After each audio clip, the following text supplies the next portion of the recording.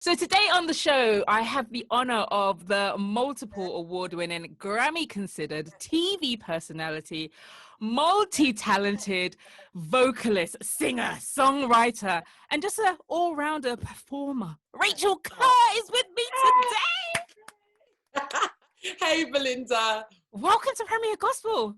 Thank you so much for having me. I'm so excited. I mean, this is like second home. So every time Premier Gospel call, rest assured I'm going to be there. So thank you for having me. It's so good to have you, and especially today, because today is the day.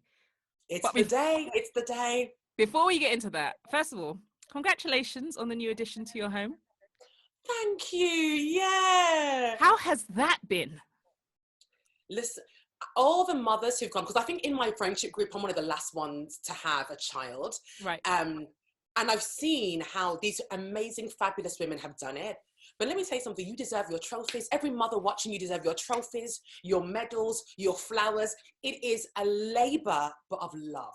You know what I mean? So I'm so glad that it happened when it happened, because I'm at a stage in my life now where by the grace of God, I'm comfortable knowing that I can add to somebody and give them the best I can. Had it happened 10 years ago, it may not have been the best time, but God has a way of making all things work together for good. And she's come at such a wonderful time. And we're just grateful. This is an overwhelming feeling of gratitude. So yeah, she's with Grandma and Granddad at the moment, but we can't wait to celebrate the birth of my music alongside, of course, the birth of my new baby girl. So yeah, we're super excited. That is such a celebration. So beautiful. Just pray that God will continue to bless and protect your household, Amen. man. I'm really happy for you. Thank you, Belinda. Amen. I appreciate that. So let's get into this, yeah? Because the album's dropping today. But first of all, I didn't want to share this with you off air. I think the first time I saw you live was probably, I'm thinking over 8 years ago. It was at an event, an open mic event in Brixton. Oh gosh. And I think I know what it was. Yeah. And I remember, right? It was quite a busy place and there was lots of talking going on. And then you started to sing and there was a bit of a pause, like, who is that? Really? That's so nice. Now, from back then till now, what's taken you so long to drop this album? Because we've been waiting. Honestly, when I say to you, because what I've done is I've released a lot of EPs, and I'm grateful I did that because the EPs were a way of me experimenting and finding my sound. And with my performing arts school, one thing I tell a lot of artists to do is explore and not be afraid to make mistakes, to experiment and just see who you are as an artist. I think sometimes we underestimate the power of trial and error. Do you know what I mean? So I think in between that time, bearing in mind, when I came to London and I did that open mic night, I did not come to London to be a singer. I was a corporate lawyer, very happy doing what I was doing, but music had such a pull on me. But because of that, I wasn't prepared. I wasn't prepared to release music. Even the first Mobile Award I was nominated for, I hadn't released any music. It was just all off of word of mouth and by God, and just God's grace. Let me say that, just God's grace. But because of that, again, I wasn't prepared. So I'm just releasing EPs. Did that work? Did people like that? How do I feel listening to that EP 3 years later? It was just more experimentation. But through maturity, you start to understand, actually, I'm not going to speak about that anymore. Actually, I like that sound, or I prefer making music like this. So because it took a long time, I would say, to find myself artistically. But with this album, Belinda, I can unapologetically say this is me and the best of my gifting and talent for this season. So it took a while, but for everybody who's been riding, God bless you and thank you for, acknowledging the EPs and the mixtapes. But I thank you for allowing me that process to understand who I was as an artist, and then finally with confidence say, right, this is me, unapologetically, sincerely, with all vulnerability, this is me. And that's how Masterpiece was born. Yeah. It's worth the wait. I'm thanking God for that. I've actually heard it. I had a little sneaky listen before we're going to drop any of it here. Definitely been worth the wait. And I really like how you've spoken about your journey to bringing us now your masterpiece. And the album is called Masterpiece. Let's talk about why you've named it that. And you've done a little wordplay, because masterpiece would be spelt with master, P-I-C. That's right. I-E-C-E. But you've actually got peace as in peace to the world. That's Talk right. to us about that. Right. To be honest, it's twofold in that, of course, the how you hear it masterpiece was me literally down to my BVs, the BVs that I did, the ways I wrote the song, the composition. There's so much live instrumentation. It's not a digital produced album. There's so much craftsmanship that went into this that I think in the studio, me and my team would always say, this is all of our masterpiece, not just yours, Rahcel. The guitarists, the producers, the brass section, they gave the best of themselves to the point where they even said, they told me, this is our masterpiece. You know what I mean? So on that side, we all knew we were giving our best to the project. But on the other side, it was a prayer. The title's a prayer. As you say, it's master, as in master, our God master, and peace, as in peace, the opposite of war. And I think for me, it was a case of, Father, I'm going to release this into the world. I'm going to give this my best and sacrifice and do what I need to do for this to be a symbol of excellence. But what I'm asking for in return is peace. That when I release it, I know I've done the best of myself. I've given the best of myself. And by God's grace, my kids can listen to it. And I can still get peace knowing that this was the best. This was my expression of artistic excellence. So it's a prayer. And again, even with music, wherever it leads me, my prayer has always been, acknowledgement is flattering and opportunities are humbling. But no matter where music's taken me, one thing I value is, does this thing give me peace? The moment it doesn't, bye. Do you know what I mean? Do you know what I mean? So more than anything, it was, again, it was artistic craftsmanship, but it was also a prayer that wherever this takes us, whatever this does, Father, the preeminent thing we want is peace. You know, I love that. One, because the timing couldn't be more perfect for all that's going on in the world today. We so do need peace. And I think oftentimes, you know, especially those who are the unchurched, those who haven't maybe grown up in Christ or haven't got a walk with him, they underestimate that power of the peace that passes all understanding. Listen. Like, you could be having no money, no food, no nothing, but you've got peace. It's powerful. It's the most important thing. I can honestly say for me, as I've grown, as I've matured, it's the most important thing. And I've seen not just wanting peace, but being somebody who's proactive about it. Like the Bible says, blessed are the peacemakers. A wise man pursues peace. So for me, one thing I've learned is that it's okay wanting peace, but you have to be a conduit of creating peace in your home, creating peace in your relationships. The art that you create, again, I know many people aren't sure if is it gospel, is it R&B, is it soul, is it what it, but my thing is, it stands for peace. It stands for love. You know what I mean? So that for me is the most important thing in my life. And I'm grateful that now I have my family life, my business, I have peace, but it's something that I wanted to share with this album. Yeah. Absolutely amazing. I love how you've been talking about kind of growing your maturity and kind of finding this is me artistically. Now, one of the songs on the album, and we're going to play that one today, is I Am. And reading through the press kit, we kind of get that feeling or a hint that there could have been a stage where there was maybe some self-doubt, imposter syndrome, or just, you know, a lack in confidence. And then you come out with this thing, which is almost, it sounds a bit like an anthem of power, right? Tell us how the track really reinstated your confidence and what was going on. Oh, Belinda, like, that's the question. That song for me is so powerful because I believe in the word. I believe in the power of words and self-affirmation, and I've seen how my life's changed when I started to apply the word of God and positive words in my life. But this song came, and it was a normal English afternoon. You know, when it's grey and it's raining, and for whatever reason, I can't remember the exact reason, but I was feeling low. And absolutely was feeling like, Rahcel, you're in so deep to this music thing. Are you sure you want to do this? Are you sure this is what you're meant to do? It even happened kind of by mistake. There were so many things that made me doubt whether I was worthy enough to pursue this on the level that I wanted to. And by the grace of God, I have been able to. But at that time, I didn't see the opportunities. The voice of critics were very loud. And I really had to really look deeper in myself and really look to God and say, Father, it's okay for man to be applauding, but if you're not applauding, I'm not in it. But likewise, if other people don't get it, but you're for me, let's go. But I remember at the time, just really contemplating a lot of things. And one of my friends, I always cite her for this because she's one of the reasons why one of the things God used to incite the melody. just as I was feeling that, my phone buzzed, and it's my friend Babby, and she messaged me saying, Rach, just wanted to screenshot this. I think it was a DM or a DM or a text message someone had sent her about me and about the music. And it's like the person was affirming me and giving life into me in a time when I needed it the most. And she just shared it. And as I was reading the text, of course, the tears came, because it was like God's way of saying, this is what we think. This is what we think of you and what I've got in store for you. The tears came, and of course, I heard the melody. I'm beautiful, I'm powerful, I'm capable, unstoppable. And when I don't feel so, that's when I'll say it most. I'm all these things and more. So as I'm reading the text, the melody's coming, I was like, somebody get me a pen and a paper. And again, the song came from that experience, yeah. The album drops today. It is called A Masterpiece, and what a jam.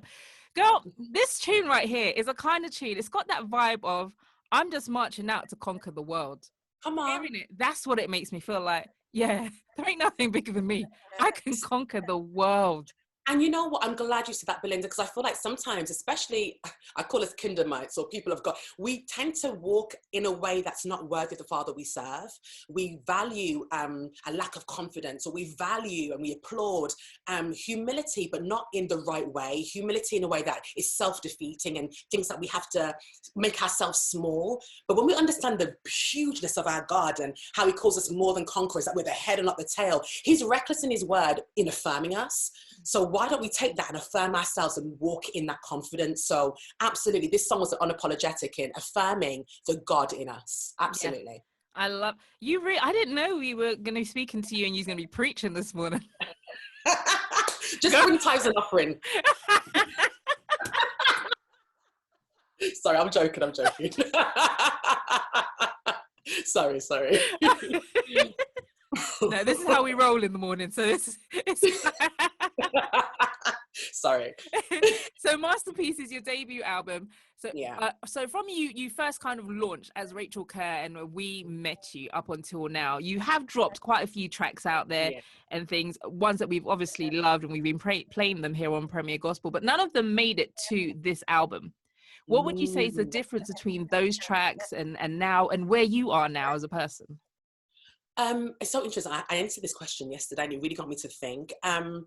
The main difference is, well, I'll say this, I spent a lot of time by myself with this album, creating the melodies, creating the lyrics. And I have in general, like I'm blessed in that I've been given the gift of songwriting and composition and production. So the music starts here most of the time before I bring it to my producer, Emmanuel or Jason, and some of these amazing guys who help make it what it is. But I think on this occasion, the only real difference was honestly me. I think the real difference was me understanding what my sound was. And I have an exceptional manager who, when I am experimenting and sometimes go left, he's very good to be like, Rach, that's great, experiment, but remember who you are. Remember what you stand for. You know what I mean? It's good to have somebody who allows you to experiment, but when it's gone a bit too far, a bit too left, he's like, come back. Come back home. Come back. You know what I mean? So he gave me guidance in that way, which was very essential. But I feel like just as a woman, as a person, there's a lot more confidence in understanding what I'm called to. My message and the way I make music is not the same as every other artist in the genre. It's different. And for a long time, I said I was proud of that, but was still kind of unconfident and lacked confidence with it. So my release Unboxed was me unapologetically saying, you know, I'm different, I'm out the box. But still, of course, there's a little bit of insecurity of, I am, but do you still like it yet? But now it's a case of, you know what? I believe a song written from the heart goes straight to the heart of the listeners. And every song on the album is unapologetically me. And I feel like it's not afraid to be vulnerable. Because in the past, even in the faith, sometimes we have a problem with being vulnerable. We understand that God and Jesus is, you know, our all in all, and we have to be more than conquerors and strong in him. But sometimes there's power in sharing the testimony of your vulnerability. Today, I'm feeling sad. Today, I'm not sure if I'm going to make it. But at the end of that, there's a message of hope. And I feel like with this album, as you can hear, there are songs that are powerful and anthems, but in the midst of it, there's still a truth, a vulnerability, and a sincerity in saying that sometimes I'm not sure. Mm. But I do know that in the midst of all things, he's able to make a way of escape. So yeah, I think it's more vulnerable. I'm a bit more mature now and genuinely confident and unapologetic in my expression of my gift. I'm loving this confidence talk. Absolutely loving it. I absolutely love it. So the album is quite eclectic. It's got loads of different sounds on there. What influences the sounds that you kind of go for? Yeah, it's a great question. I think, I mean, I've listened to a load of different genres growing up. I think, but the one thing that really just can unite the whole sound is that R&B sound, that soulfulness. So we dabble in different genres, a little bit of a Jamaican element, because of course I'm Caribbean. There's a little, do you know what I mean? There's a little bit of a, you know what I mean? So you have to throw in some of your roots. There's a little bit in passive, like African like drums, and especially on, I believe it's Artist in Me, we kind of use like a Congo drum in the background, because I took an ancestry DNA test and found out I'm 80% Nigerian. Can you imagine? Oh, pause. I hear the Nigerians going crazy right now. 80%. And it's so weird because the first time I toured in Nigeria, I stepped off the plane and got emotional, actually started like tearing up. And my manager was like, "What's wrong?" I was like, "Don't ask me why, but I feel like I'm home." Really weird spiritual, like physical reaction. But then we did that ancestry DNA test like 3 years later, and 80%. Like, what is that? That's not even the 20, majority. 30. Right, exactly. So of course we threw elements of that in, and all the guys I work with are of Nigerian descent. So that was really interesting to get their flow on certain music. But yeah, as I said, I've always had a love for most music. So naturally it just came into the album. But as I said, the integrity is that it all has the R&B soulful vibe that just kind of unites the whole sound. Definitely. Now, the next track we're going to share is I Do. But before I get into that, I want to read a quote, something that you quoted. It says, "When I'm going through challenging times, the only thing I want is to feel is companionship, like I'm not feeling alone. If love had a voice, it would be something like Daddy's Lullaby or I Do." Now, these two songs, one suggests, the love of a father. The other suggests possibly some nuptial, declaration there. So we're curious. We're all curious. I Do. Is that anything to do with the hubby? You know what? The joke is, when I'm writing music, I always have this duality of application. So on the one side, I am talking about my husband or what I believe he would say to me. On the other side, I'm speaking about God and what he says to me. So in actual fact, it's a 50-50 split. The first verse, I believe, was me and my husband. The second verse, I believe, is God's words to me. I have to remember the lyrics, but I think I remember there's a point where I say, oh, well, there's a lyric in the second verse, it's gone from my mind now, but that is specifically, I know God saying to me, "Girl, when the fight's getting harder, I'll carry your armor. When the nights are getting longer, I'll shine my light and make it better. And if anybody fails you, don't worry, just remember I got you." You know what I mean? So that's for me. Yes, my husband would say that by God's grace to me, and I've heard him say things like that in the past, but when God says it, you're going to be all right. You know what I mean? So yeah, if there's a duality in there, absolutely. Really, another great track. The album is a solid album. We're going to talk about how you. people can get it towards the end of the show. But before that, I really want to talk to you about how things, I know things are going to intensify going forward. What is your plans in terms of, have you got any live shows planned? Are you going on tour? Where can we see you live?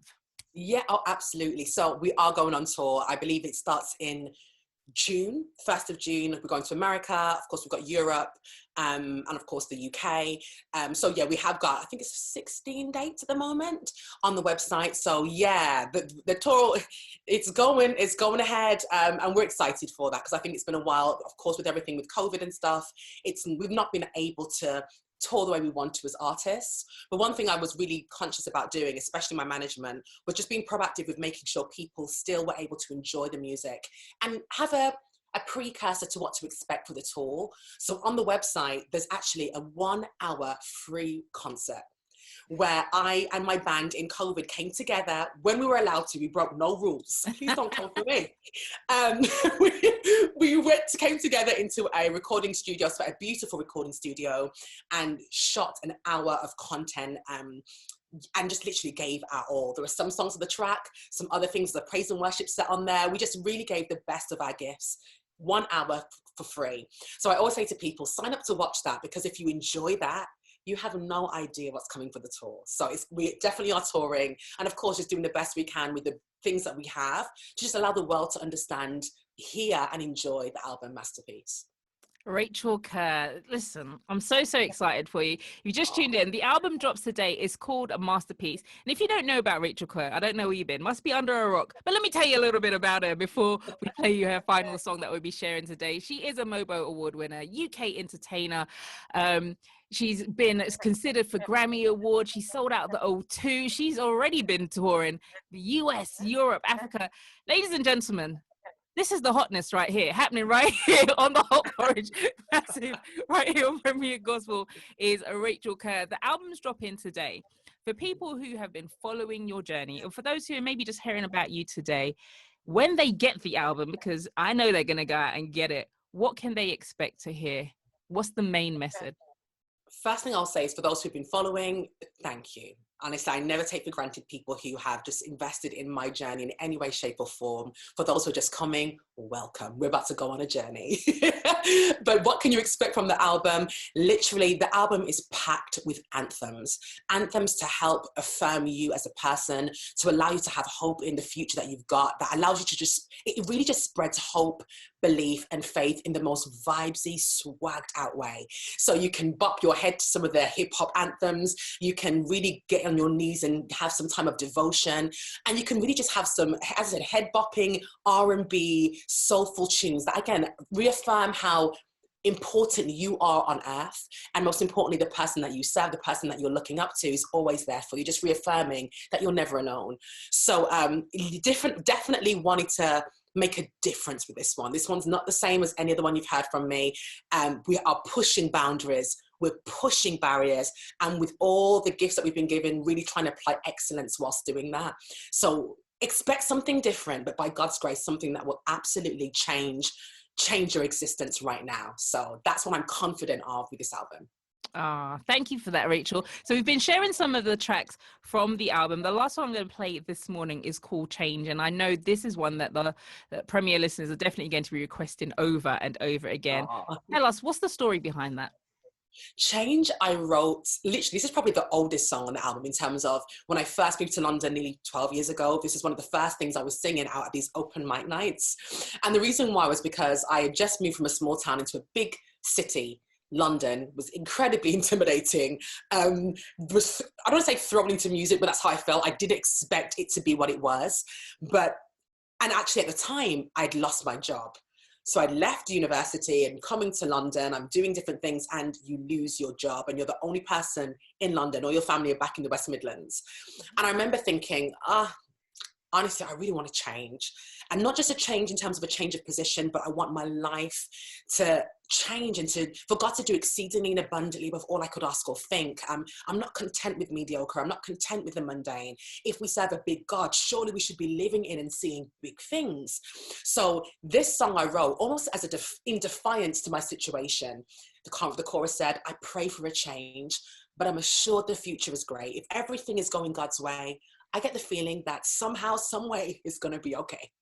You know what I mean? So yeah, this is a song of defiance. And what's amazing is how when you write something, it can actually be a prophetic declaration.